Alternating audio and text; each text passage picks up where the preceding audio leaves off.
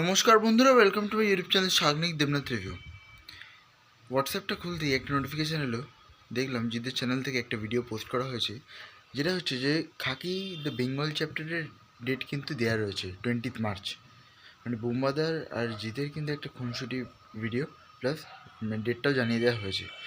তো এবার একটা বিষয় দেখো, ডেটটা যখন 20 মার্চ, মানে বেশি দেরি নেই নতুন পোস্টার ট্রেলার আসতে, ঠিক আছে, কাল পরশুর মধ্যেই হয়তো চলে আসবে। এখন অফিসিয়াল আপডেট আসা পর্যন্ত ওয়েট করতে হবে। দেখো, এটা কিন্তু মোস্ট অ্যান্টিসিপেটেড ওয়েব সিরিজ, ঠিক আছে। এখানে আমরা অনেকজনকেই দেখতে পাবো, জিৎ, তারপরে প্রসেনজিৎ চ্যাটার্জি, শাশ্বত, পরমব্রতর ক্যামিও আছে শুনলাম, মিমো চক্রবর্তী, চিত্রাঙ্গদা সিং, তারপর আরও অনেকে, হিউজ কাস্ট নিয়ে তৈরি, অনেক কিছু নিয়ে দেখাবে, ঠিক আছে।